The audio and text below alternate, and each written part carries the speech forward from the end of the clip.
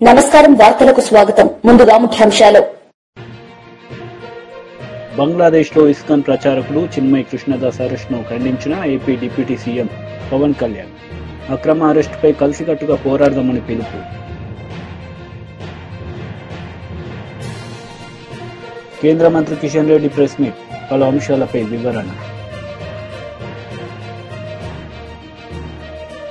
దేశ అంచనాలు అవసరాలను రాజ్యాంగం తీర్చిదిద్దిందని ప్రజలకు మార్గదర్శకంగా నిలుస్తుందని ప్రధాని నరేంద్ర మోదీ అన్నారు. సుప్రీంకోర్టులో నిర్వహించిన రాజ్యాంగం 75వ వార్షికోత్సవాల్లో ప్రధాని పాల్గొన్నారు. భారతదేశం భారీ మార్పు వైపు వెళ్తుందని రాజ్యాంగం అందుకు మార్గాన్ని చూపుతుందని వివరించారు. साथियों, हमारा संविधान हमारे वर्तमान और हमारे भविष्य का मार्गदर्शक है. बीते 75 वर्षों में देश के सामने जो भी चुनौतियां आई हैं, हमारे संविधान ने हर उस चुनौती का समाधान करने के लिए उचित मार्ग दिखाया है. इसी कालखंड में आपातकाल जैसा समय भी आया और हमारे संविधान ने लोकतंत्र के सामने आई इस चुनौती का भी सामना किया. हमारा संविधान देश की हर जरूरत, हर अपेक्षा पर खरा उतरा है.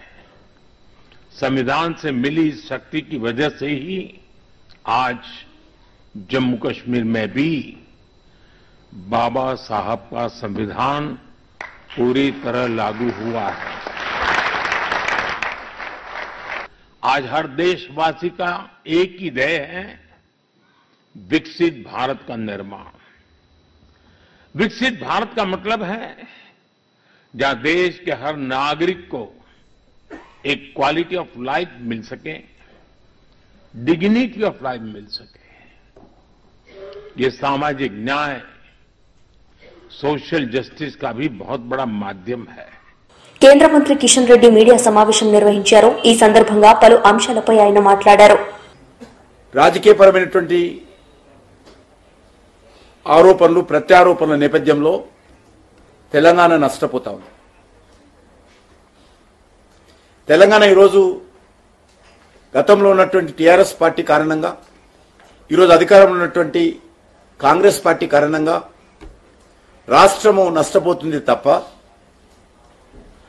రాష్ట్రంలో ఉన్నటువంటి రాజకీయ వ్యవస్థ భ్రష్టు పడుతుంది తప్ప ఏమాత్రం మార్పు రాలేదు.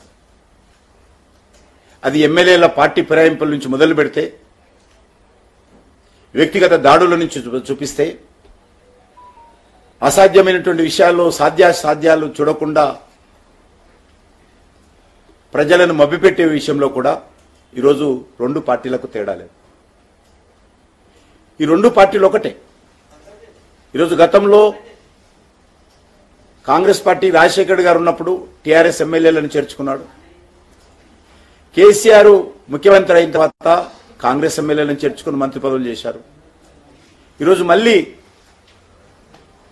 కాంగ్రెస్ పార్టీ అధికారంలోకి వచ్చిన తర్వాత రేవంత్ రెడ్డి గారు టీఆర్ఎస్ ఎమ్మెల్యేలను చేర్చుకుని పార్టీ ఫిరాయింపుల చట్టానికి తూట్లు పొడుస్తూ ప్రజాభిప్రాయాన్ని పూర్తిగా కాలరాచేటువంటి ప్రయత్నం చేస్తాం.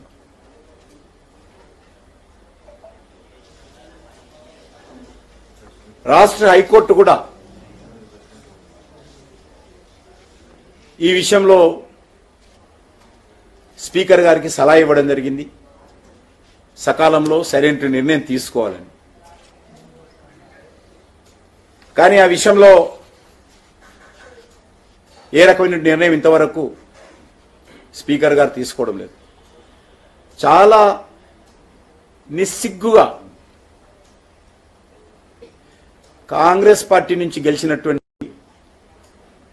ఎమ్మెల్యేలు గతంలో టీఆర్ఎస్ ప్రభుత్వంలో మంత్రులుగా చేశారు, కనీసం రాజీనామా చేయకుండా.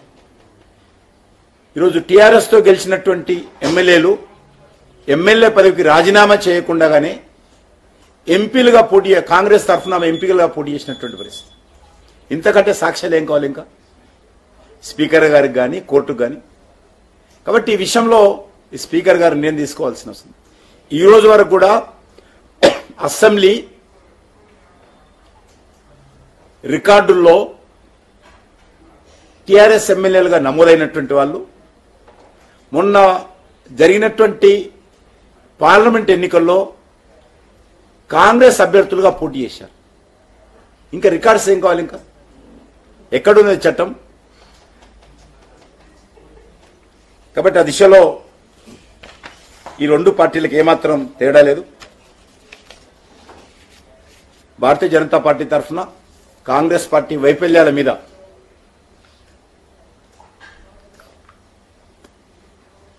ఒక సంవత్సరం పాటు ఏ ప్రభుత్వానికైనా సమయం ఇవ్వాల్సినటువంటి అవసరం ఉంటుంది. కానీ 2 రోజులు అమలు చేస్తున్నటువంటి హామీలు సంవత్సరం పూర్తయిన 7వ తేదీన ముఖ్యమంత్రిగా ప్రమాణ స్వీకారం చేసి 9వ తేదీ నాడు అమలు చేస్తానటువంటి హామీలు కానీ 6 గ్యారంటీలు 100 రోజుల్లో పూర్తి చేస్తామని స్వయంగా సోనియా గాంధీ గారు ప్రతి ఇంటింటికి ఉత్తరం రాశారు. ప్రతి ఇంటికి ఈరోజు కరపత్రం ఉంది. 100 రోజుల్లో అమలు చేస్తామన్నటువంటి హామీలు ఏవి కూడా ఇంతవరకు అమలు జరగలేదు. తూతూ మంత్రంగా అమలు చేసినట్టు నటిస్తున్నారు.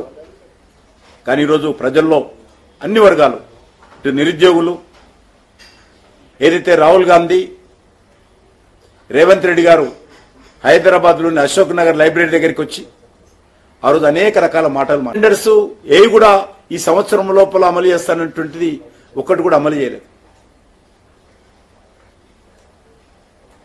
ఈ రకంగా ప్రతి ఒక్క సెక్టారు, రైతులు, రైతు నేస్తం ఎకరానికి 15,000 ఇస్తారా ఇవ్వరా?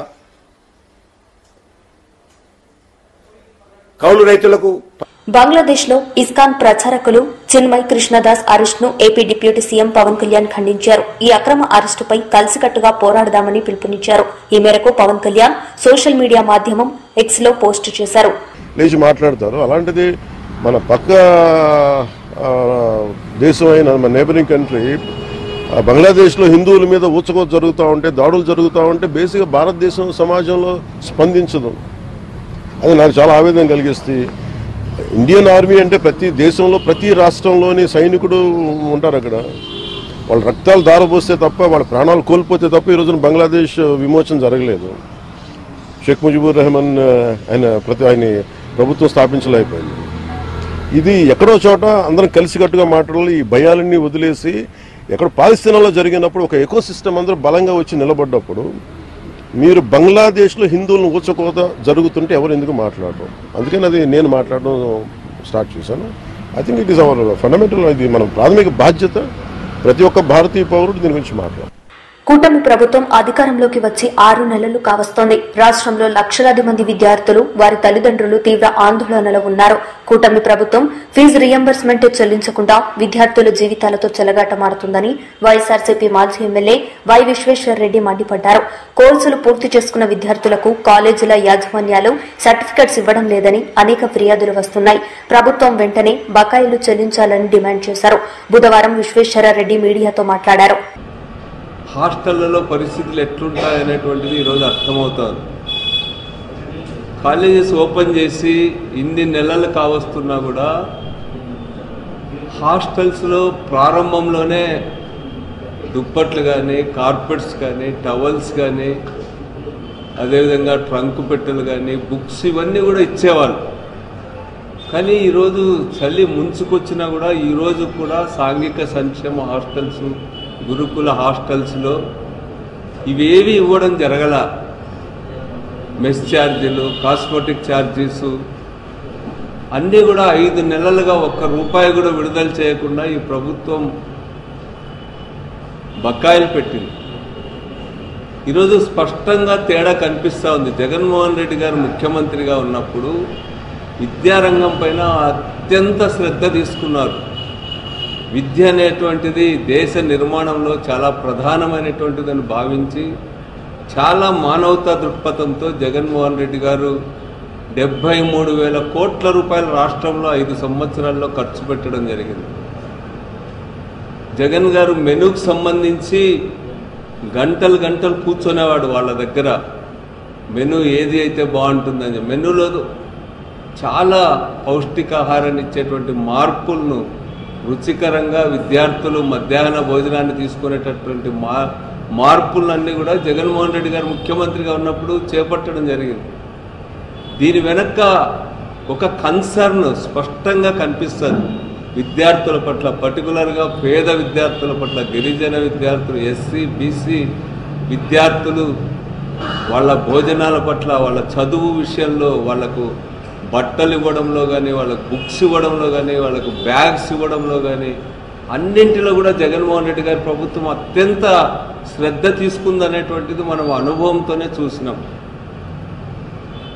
ఈరోజు జగన్మోహన్ రెడ్డి గారు ప్రవేశపెట్టిన విద్యారంగంలో విప్లవాత్మక సంస్కరణలు అనేకాన్ని ఈరోజు జగన్మోహన్ రెడ్డి గారి పట్ల ఉన్నటువంటి వ్యతిరేకతతో ఈ ప్రభుత్వం కంటిన్యూ చేయడానికి ఇష్టపడ్డంలా. ఈరోజు స్కూల్స్లో ఇంగ్లీష్ మీడియం దాదాపుగా రద్దయిపోయింది. CBSE syllabus, IB syllabus, Byju's content ఇచ్చేటువంటివి అన్నింటిని కూడా ఈ ప్రభుత్వం పక్కన పెట్టేసింది, నీరు గార్చేసింది. వీటి వల్ల ఏ సంస్కరణలు అయితే విద్యారంగానికి అత్యంత అవసరమని తీసుకొచ్చాడో జగన్ గారు, వాటన్నింటినీ ఈరోజు తిరోగమన దిశ పట్టించినారు. ఇదేదో జగన్ గారు తనొక్కడే వేసింది కాదు, ఇది చాలా నిష్ణాతులైనటువంటి విద్యావేత్తల్ని, సామాజిక శాస్త్రవేత్తల్ని, వీళ్ళందరి సలహాలు తీసుకొని ఈ మార్పులన్నీ జగన్మోహన్ రెడ్డి గారు తీసుకొచ్చినారు. ఈరోజు ఉన్నత విద్యారంగానికి సంబంధించి కూడా రాష్ట్రంలో ఈ ప్రభుత్వం వచ్చిన తర్వాత దాదాపు 18 యూనివర్సిటీలకు వైస్ ఛాన్సలర్ను తొలగించి ఒక్కరిని కూడా నియమించినటువంటి పాపాన పోలా. చివరికి ఉన్నత విద్యా కమిషన్కు చైర్మన్ కూడా ఈరోజు వరకు ఏర్పాటు చేయకపోవడం అనేటువంటిది అత్యంత శోచనీయమైనటువంటి విషయం. విద్యను నిర్లక్ష్యం చేస్తున్నారు. అందుకనే ఈరోజు ఏదో జగన్ గారు ఒక ప్రకటన చేస్తేనే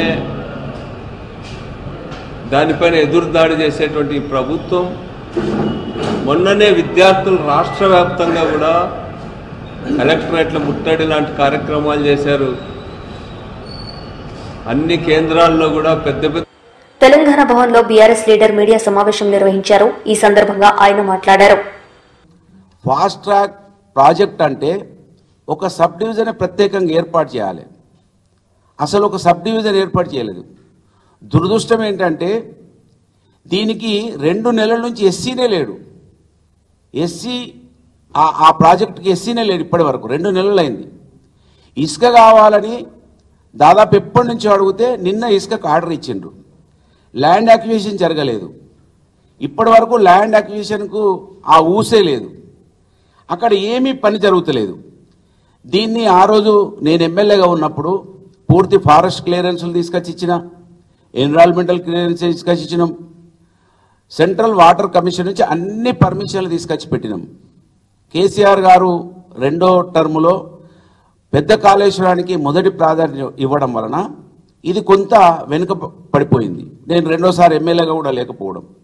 ఇవాళ ఈ ప్రభుత్వం వచ్చినాక మంత్రి ఎమ్మెల్యే ప్రజలను 5 సార్లు మోసం చేసి గెలిచిండు. 5 సార్లు మోసం చేసి గెలిచిండు.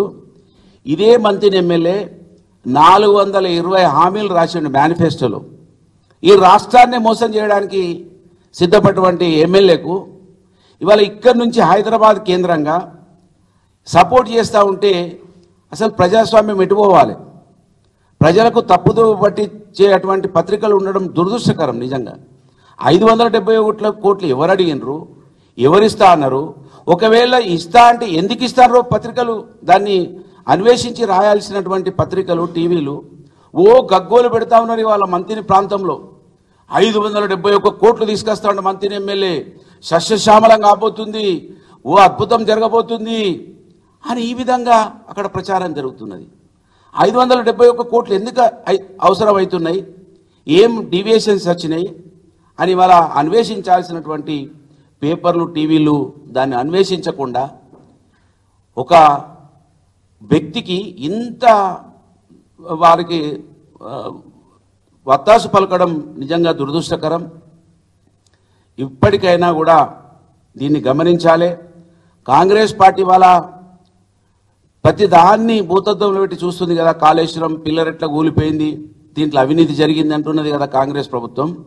ఇవాళ మంత్రిని నియోజకవర్గంలో గల చిన్న Kaleshwaram project Beerasagar pump house 2 సార్లు మునిగిపోయింది. ఇవాళ వీళ్ళు అంటారు కదా పెద్ద కాళేశ్వరం అవసరం లేదని. ఒకవేళ మేడిగడ్డ ప్రాజెక్టే లేకపోతే ఒక్క పంటకు తప్ప రెండో పంటకు నీళ్లు రావు ఈ చిన్న కాళేశ్వరం ప్రాజెక్టు నుంచి. మేడిగడ్డ ప్రాజెక్టు కాళేశ్వరం ప్రాజెక్టు ఉంటేనే ఇది 3 పంటలకు నీళ్ళు వచ్చే అవకాశం ఉన్నది. నిజంగా పెద్ద కాళేశ్వరం మంత్రి నియోజకవర్గానికి ఈ చిన్న కాళేశ్వరం అనుసంధానం అయితే అద్భుతం జరుగుతుంది. 25,000 ఎకరాలకి ఆ రోజు అనుకున్నారు. దీన్ని మేము 45,000 ఎకరాలకు ప్రతిపాదన చేసినాం. మేము వచ్చిన తర్వాత అనేక కార్యక్రమాలు మేము వచ్చిన తర్వాత చేసినాం. మేము వచ్చే వరకు శిలాఫలకం వేసి మొబిలైజేషన్ అడ్వాన్స్ల కింద 100 కోట్ల రూపాయలు పైపులన్నీ రోడ్ల మీద వరిసి పైసలు తీసుకున్నారు తప్ప నయా పైసా పనిచేయలేదు. నేను దయచేసి ఇక్కడికి హైదరాబాద్ నుంచి ఒకటే విజ్ఞప్తి చేస్తున్నా. మోసకారి మంత్రి ఎమ్మెల్యే మంత్రి నియోజకవర్గ ప్రజలను 5 సార్లు మోసం చేసి గెలిచిండు. 420 హామీలు 6 గ్యారెంటీలని ఇవాళ తెలంగాణ. నేను ఎక్కడికి పారిపోలేదు, నేను ఎవరికి భయపడనంటూ సోషల్ మీడియాలో సినీ దర్శకుడు రామ్ గోపాల్ వర్మ పోస్ట్ చేశారు. పలు అంశాలపై ఆయన మాట్లాడారు. వాడు ఆ పరంగా కంప్లైంట్ ఇవ్వడం, కేసులు పెట్టడం జరిగింది. ఇక్కడ పాయింట్ 1 ఎవరి మీద అయితే నేను పెట్టానని వాళ్ళు చెప్తున్నారో వాళ్ళకి ఎవరో థర్డ్ పార్టీ అసలు సంబంధం లేనివాడు.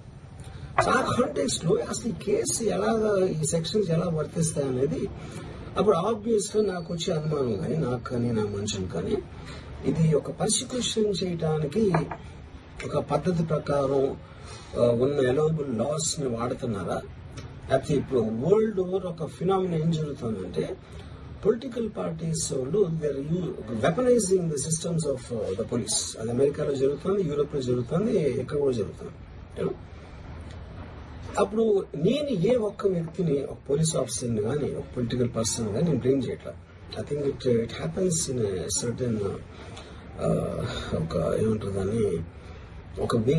అది అందరూ కూడా ఎంతో కొంత అది చేయటానికి టెంప్టేషన్ ఉండొచ్చు. But eventually there is the law of the land which will take the final call. So అది that I completely agree, believe in that and I abide by that as a citizen. So ఇప్పుడు ఇక్కడ జరిగింది ఏంటి, నాకు ఒక notice వచ్చింది, నేను ఒక రిప్లై ఇచ్చాను, ఫలానా చోట ఫలానా తారీఖు నేను వస్తాను. అప్పటికి నాకు జరుగుతున్న పని ఒక ఆన్గోయింగ్ షెడ్యూల్ ఉంది కాబట్టి, నాకు ఫిల్మ్ వర్క్ ఉంది కాబట్టి అవ్వలేదు. అండ్ ఇట్ ఈస్ వేరే ప్రొడ్యూసర్ చేస్తాను, ఆ ప్రొడ్యూసర్కి నష్టం వస్తుంది కాబట్టి నేను మళ్ళీ టైం అడిగాను. ఇదేంటి కేసు, ఇదేం అర్జెంట్ కేసు అంటే 1 year తర్వాత ట్వీట్ చూసిన అతనికి 1 week లో అన్ని అయిపోవాలనేది ఏమన్నా మీనింగ్ ఉంటుంది అసలు దానికి?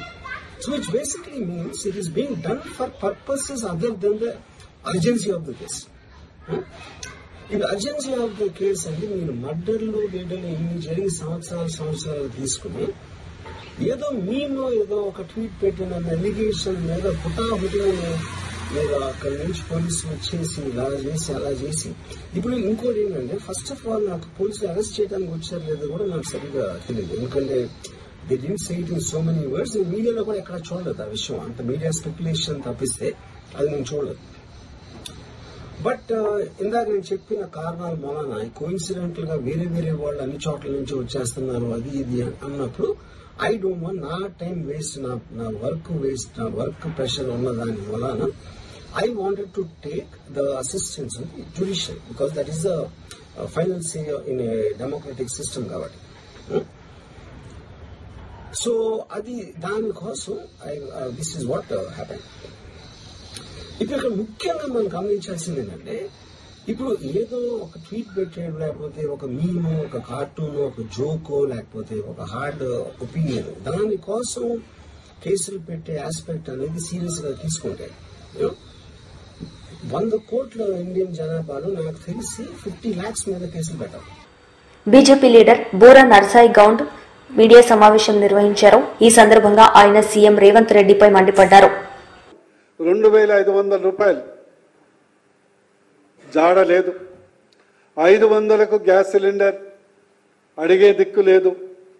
ఉచిత బస్సు ప్రయాణం అరకొరగా నడిచినా ఆ భారమంతా మోసేది ఆర్టీసీ కార్పొరేషన్. కానీ ఇప్పటి వరకు దాదాపు 3,000 కోట్ల రూపాయలు ఆర్టీసీకి బకాయిలుంటే 300 కోట్లు కూడా ఇచ్చినటువంటి దాఖలాలు ఈ ప్రభుత్వానికి లేదు. రైతు భరోసా మీకు తెలుసు, కొండ నాలుక మందేస్తే ఉన్న నాలుక ఊడిందని మాకు తెలంగాణలో సామెత అయింది. రైతు భరోసా 15,000 దేవుడేరు కానీ ఉన్న 10,000 పోయింది. ఎక్సెప్ట్ ప్రధానమంత్రి గారు ఇచ్చే కిసాన్ సమ్మాన్ నిధి తప్పితే తెలంగాణ ప్రజలు గత 3 కార్లు ఆల్మోస్ట్ యాసంగి అయిపోయింది, వర్షాకాలం అయిపోయింది, మళ్ళీ యాసంగి వస్తుంది, ఇంతవరకు రైతు బంధు ఊసలేదు. అదేవిధంగా ఏదైతే రైతు కూలీలకు కానీ కౌలు రైతులకు ఆ దేవుడెరుగు, ఉన్న రైతులకే లేదు.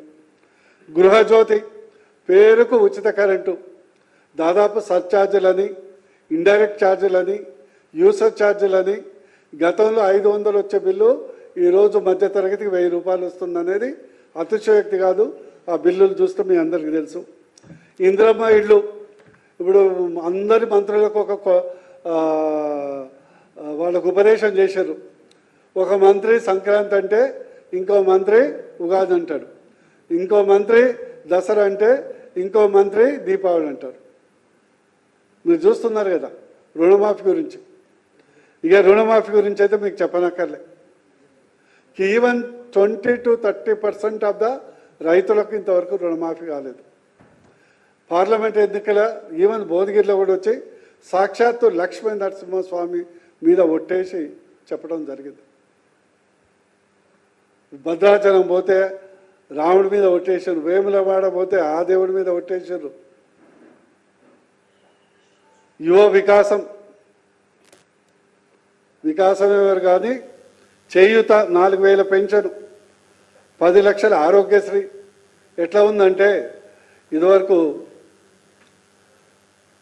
తెలుగులో సామెత ఉంది, తినడానికి మెతుకు లేదు కానీ మీసాలకు సంపగిన ఉంది అన్నట్టు. ఈరోజు దురదృష్టం ఎట్లయిపోయిందంటే గతంలో ప్రభుత్వం ఏమి చేయకున్నా తెలంగాణ రాష్ట్రంలో 10 నుంచి 15 లక్షల కుటుంబాలు రియల్ ఎస్టేట్ చేసుకొని బతికే.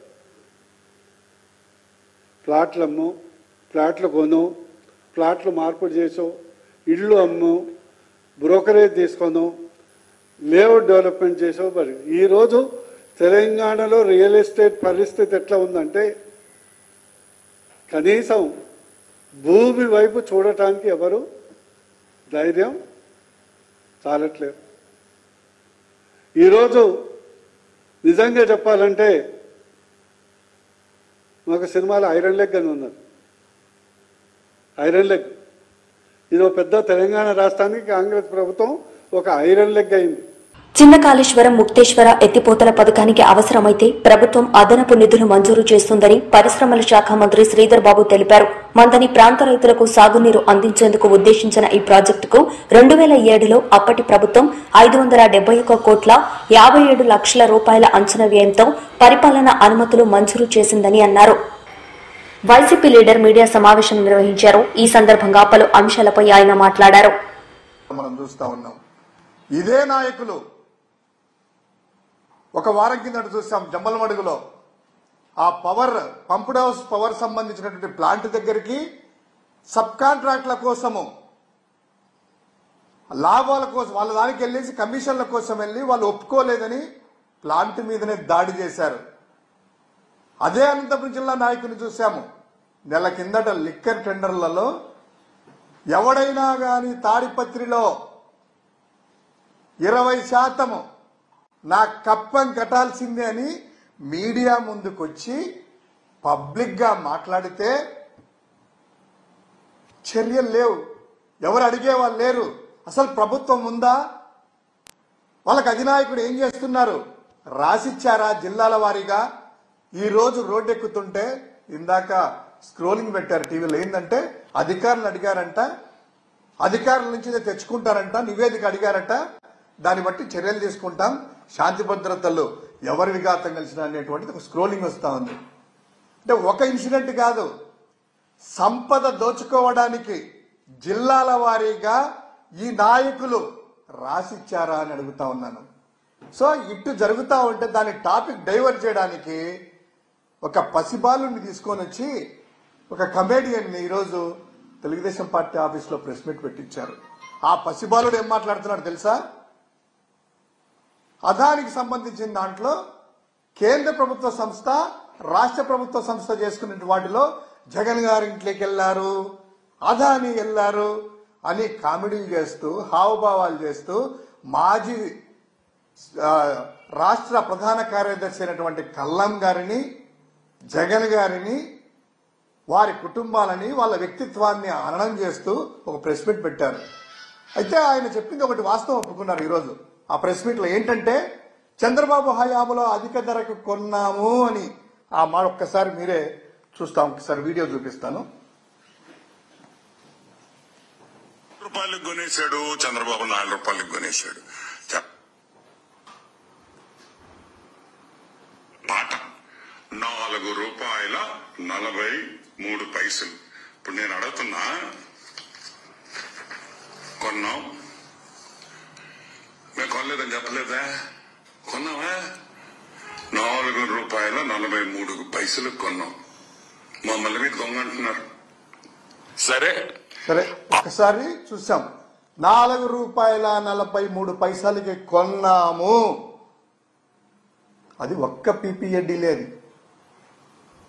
చంద్రబాబు హయాంలో తీసుకున్నట్లయితే 5 రూపాయల 99 పైసలకి కొన్ని అగ్రిమెంట్లు, 4 రూపాయల 99 పైసలకి కొన్ని అగ్రిమెంట్లు, దాదాపు 36 అగ్రిమెంట్లు ప్రైవేటు విద్యుత్ సంస్థలతో, విద్యుత్ సరఫరా చేసే సంస్థలతో ఆవరేజ్ గా ఆయన హయాంలో తీసుకున్నట్లయితే 5 రూపాయల 10 పైసలకి ఆవరేజ్ గా ఒక యూనిట్ ని 5 రూపాయల 10 పైసలకు కొనింది మనం చూసాం. ఇది ఎక్కడికి వెళ్ళలేవు, అగ్రిమెంట్లు అనేటువంటిది ఉంటాయి. సో 2 రూపాయల 49 పైసలకి ఎక్కువనా, 4 రూపాయల 43 పైసలు ఎక్కువ? ఇదే పసిబాలుడు చెప్తున్నాడు. ఎందుకు పసిబాలుడు అంటున్నా అంటే ఆయన మాట్లాడుతూ కల్లం రెడ్డి తెల్లగడ్డం అనేసి చెప్తున్నాడు. ఈయన ఏమన్నా పసిబాలుడా? ఈయన గడ్డం రాదా? ఇలా పార్టీలో ఏజ్ వయసుతో సంబంధం లేకుండా గడ్డాలు నరసవా, ఎంట్రికలు నెరవా? తెల్లగడ్డం రెడ్డి అంటే ఈయన పసిబాలుడేమో కదా, ఎంట్రికలు రావు, అవి నరసవు అనేటువంటిది ఆయన చెప్తున్నాడేమో. ఎందుకు నీకంత కామెడీలు? ఇదేను నీ హ్యూమరైజ్ చేయడానికి ఒక వేదికగా నీకు చేసుకొని రాయలసీమలో జరుగుతున్నటువంటి ఆ యొక్క సంపద దోపిడీని డైవర్ట్ చేయడానికి ఇంకొక రెడ్డిని పెట్టారు. ఇక్కడ ఈరోజు ఈ కమెడియన్తో ప్రెస్ మీట్ పెట్టడానికి కారణం ఏంటంటే అది కనిపించకూడదు, ఇది కనిపించాలని. ఎస్, మేము అడుగుతున్నాము, మీరు కుదుర్చుకున్నటువంటి ఒప్పందాల వల్ల అధిక ధరకు యూనిట్ ధర కొన్నారా, జగన్ గారి హయాంలో కొన్నారా అనేటువంటిది. వార్తలు ముగించే ముందు ముఖ్యాంశాలు మరోసారి. బంగ్లాదేశ్లో ఇస్కాన్ ప్రచారకుడు చిన్మయ్ కృష్ణదాస్ అరెస్ట్ను ఖండించిన AP deputy CM Pawan Kalyan. అక్రమ అరెస్టుపై కలిసికట్టుగా పోరాడదామని పిలుపు.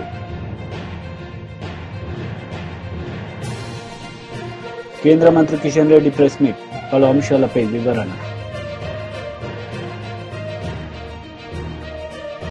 ఈ వార్తలు ఇంతటితో సమాప్తం. తిరిగి ప్రసారమయ్యే వార్తల్లో మళ్లీ కలుద్దాం. అంతవరకు సెలవు. నమస్తే.